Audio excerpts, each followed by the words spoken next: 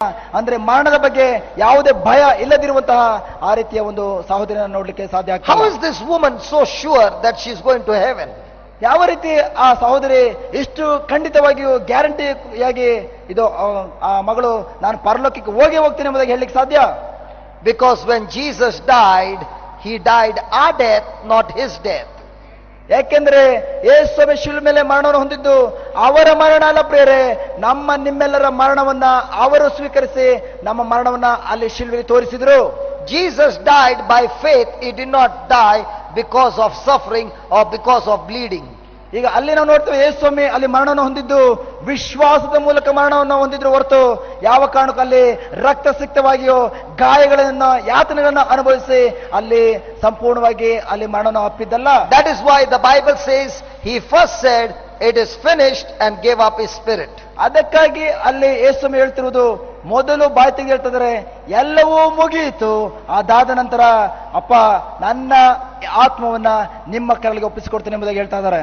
Jesus said because he accomplished every work that the Father had him to do. ಅಲ್ಲಿ ನಾವು ನೋಡ್ತೇವೆ ಪ್ರಿಯರೇ, ತಂದೆ ದೇವರು ಯಾವ ಚಿತ್ತವನ್ನು ಇಟ್ಟುಕೊಂಡು ತಂದೆ ದೇವರು ಏನೆಲ್ಲ ಕಾರ್ಯಗಳನ್ನು ಮಾಡಬೇಕೆಂಬುದಾಗಿ ತನ್ನ ಮಗನನ್ನ ಈ ಲೋಕಕ್ಕೆ ಕಳಿಸಿದ್ರು ಅದೆಲ್ಲವನ್ನ ಸಂಪೂರ್ಣಗೊಳಿಸಿ ಅದಾದ ಮೇಲೆ ಹೇಳ್ತಾ ಇದ್ದಾರೆ ಎಲ್ಲವೂ ಮುಗಿಯಿತು. Praise the Lord. Praise the Lord. And that is why when he died by faith, he knew that because I had committed no sin, I am qualified. My Father will have to raise me up from the dead because I did not disobey the word of God. ಅದಕ್ಕಾಗಿ ಪ್ರಿಯರೇ ಅವರು ಆ ಸಾಯುವಂತ ಆ ನಿಮಿಷದಲ್ಲೂ ಸಹ ಮರಣವನ್ನು ಅಪ್ಪುವಂತ ನಿಮಿಷದಲ್ಲೂ ಸಹ ವಿಶ್ವಾಸದೊಂದಿಗೆ ಅವರು ನುಡಿತಾ ಇದ್ರು. ಯಾಕೆಂದ್ರೆ ನಾನು ಯಾವ ಕಾರಣಕ್ಕೂ ಇದು ನನ್ನ ಆತ್ಮವನ್ನ ಯಾವ ಕಾರಣಕ್ಕೂ ಯಾವ ವ್ಯಕ್ತಿಯೂ ಸಹ ತೆಗೆದುಕೊಳ್ಳಿಕ್ಕೆ ಸಾಧ್ಯ ಇಲ್ಲ. ಯಾಕೆಂದ್ರೆ ನಾನು ಒಂದೇ ಒಂದು ಪಾಪವನ್ನು ಕೂಡ ನಾನು ಮಾಡಿಲ್ಲ, ದೇವರಿಗೆ ಅವಿಧೇಯತೆಯನ್ನು ತೋರಿಲ್ಲ. ಅದಕ್ಕಾಗಿ ಸಾಯ್ತಾನನಿಗೆ ಮರಣಕ್ಕೆ ನನ್ನ ಮೇಲೆ ಅಧಿಕಾರ ಇಲ್ಲ. ಅದಕ್ಕಾಗಿ ನಾನು ಸತ್ತರೂ ಕೂಡ ಮೂರನೇ ದಿನದಲ್ಲಿ ನನ್ನ ತಂದೆಯು ತನ್ನ ಮಹಿಮಾನ್ವಿತ ಶಕ್ತಿ ನನ್ನ ಮೇಲೆ ಹಾಕಿ ಇದು ಮೂರನೇ ದಿನದಲ್ಲಿ ನನ್ನನ್ನು ಎಬ್ಬಿಸ್ತಾರೆ ಎಂಬುದಾಗಿ ವಿಶ್ವಾಸ ಪ್ರಭು ಯೇಸುವಿನಲ್ಲಿತ್ತು.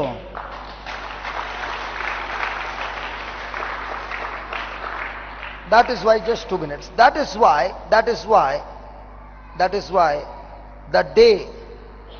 the day you believe in Jesus, what he finished, in the same way you and I receive the resurrection power of Jesus. ಅದಕ್ಕಾಗಿ ಅಂದು ಪ್ರಭು ಯೇಸು ಯಾವ ಕಾರ್ಯವನ್ನು ಮಾಡಿದ್ರು ಇದೆಲ್ಲ ಮುಗಿಯಿತು ಎಂಬುದಾಗಿ, ಅದಕ್ಕಾಗಿ ಅಂದು ತಂದೆಯ ದೇವರು ತನ್ನ ಮಗನ ಅಂತ ಪ್ರಭು ಯೇಸುವಿನ ಆ ಶರೀರದ ಮೇಲೆ ಹಾಕಿ ಮಹಿಮಾನ್ವಿತ ಶಕ್ತಿನ ಹಾಕಿ ಮೂರನೇ ದಿನದಲ್ಲಿ ಪುನರುತ್ಥಾನಗೊಳಿಸಿದ್ರು. ಅದೇ ಕ್ಷಣದಲ್ಲಿ ಅವರೊಂದಿಗೆ ಐಕ್ಯಮತ್ಯವಾಗಿರುವಂತಹ ಒಂದಾಗಿರುವಂತಹ ನಾವುಗಳು ಕೂಡ ನಮ್ಮಲ್ಲಿ ಮಹಿಮಾನ್ವಿತ ಶಕ್ತಿ ಅಂದ್ರೆ ಸತ್ತವರಿಗೆ ಜೀವ ಕೊಡುವಂತಹ ಶಕ್ತಿಯನ್ನ ನಾವೆಲ್ಲರೂ ಈಗ ನಮ್ಮ ಒಳಗಡೆ ಹೊಂದಿದ್ದೇವೆ. Hallelujah. Hallelujah. Hallelujah. Hallelujah. Hallelujah. Hallelujah. Can we give the Lord a big hand? ದೇವರಿಗೆ ಚಪ್ಪಾಳೆ ತಟ್ಟಿ ದೇವರನ್ನು ಗಣಪಡಿಸೋಣ. So do you enjoy the word it is finished? ಈಗ ಈ ಒಂದು ವಾಕ್ಯ ಇದು ಸಂಪೂರ್ಣವಾಗಿ ಎಲ್ಲವೂ ಮುಗಿಯಿತು ಎಂಬುದಾಗಿ ಹೇಳಿದಂತಹ ಆ ಒಂದೇ ಒಂದು ವಾಕ್ಯವು ನಿಮಗೆ ಈಗ ಆನಂದವನ್ನು ತಂದಿದ್ಯಾ? ಆನಂದ ತಂದಿದ್ಯಾ?